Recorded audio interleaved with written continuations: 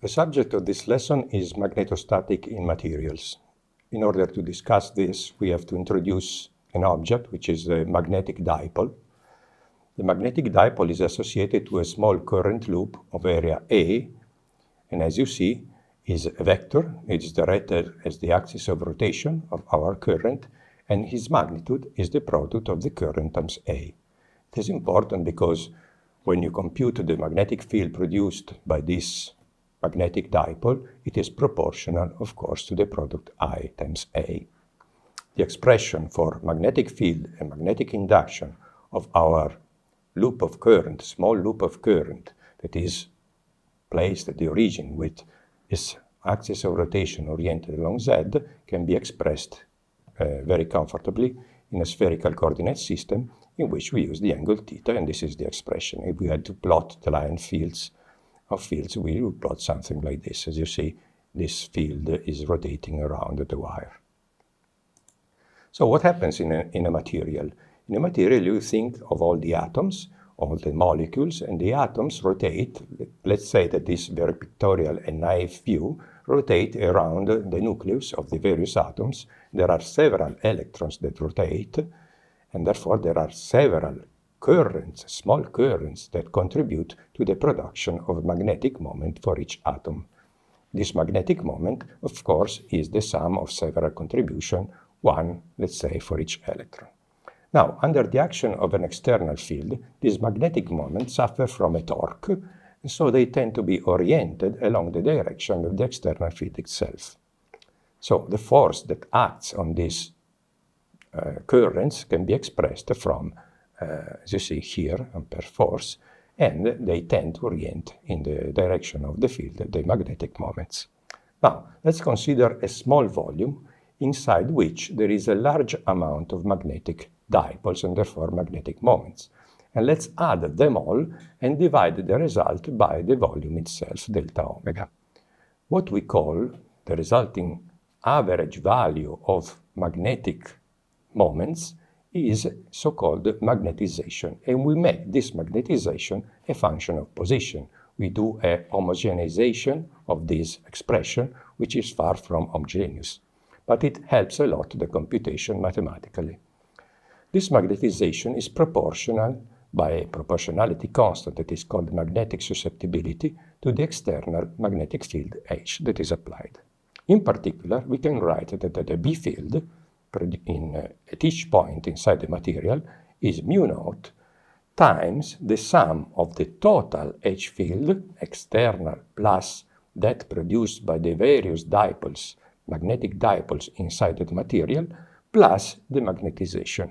In order to obtain this expression more rigorously, we should use a lot of mathematics. You can find this expression better defined in several textbooks. But let's concentrate on this final result.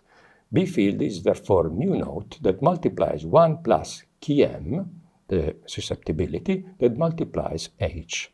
The product, mu naught times 1 plus Km, is the absolute permeability of the material. And in particular, this absolute permeability, mu, can be split as the product of the absolute permeability of free space, mu naught, times the relative permeability, mu r. Materials can be classified according to the value of the relative permeability. In particular, we can have diamagnetic materials in which mu r is slightly less than 1. We can have paramagnetic materials whose value of mu r is slightly larger than 1. And we can have ferrimagnetic or ferromagnetic materials whose value of mu r is much larger than 1. We should, in order to understand why these numbers, we should resort to a more fundamental theory, such as quantum theory. So we are happy enough to consider these as the final result. So we use this in our computation. Now, the relationship between magnetization and magnetic field, or between induction and magnetic field, is of proportionality. So if we plot on the horizontal axis H and on the vertical axis B, we would see a line, a straight line. But if we increase from low value to high value the magnetic field, we see an effect that is called saturation that happens when all the magnetic dipoles are oriented along the direction of the external field. Not only that, we have a second effect, which is called hysteresis, that is described by this curve. So if we decrease, after reaching very high value of magnetic field, we decrease the value of magnetic field, the curve follows another path, and it reaches zero magnetic field in correspondence of a residual magnetization, a residual B field. So it doesn't go back to zero from when it started. In order to have B go to zero, we must decrease the magnetic field to negative value. As you see, we follow this curve. And if we go on decreasing magnetic field, we follow this loop, hysteresis loop, that describes the behavior of the material for very strong fields. This is called the hysteresis loop. In addition to the relationship between B and H, we also have boundary conditions for H and boundary conditions for B. So let's consider two materials with different parameters and an interface between them.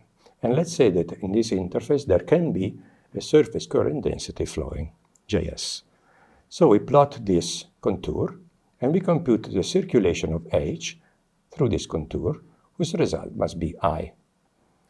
This contour is composed of two lines normal to the interface, whose length is delta H, and two lines tangent to the interface, whose length is delta L. Now we make delta H go to zero in a limit, and we make delta L small enough so as to consider H constant on this segment.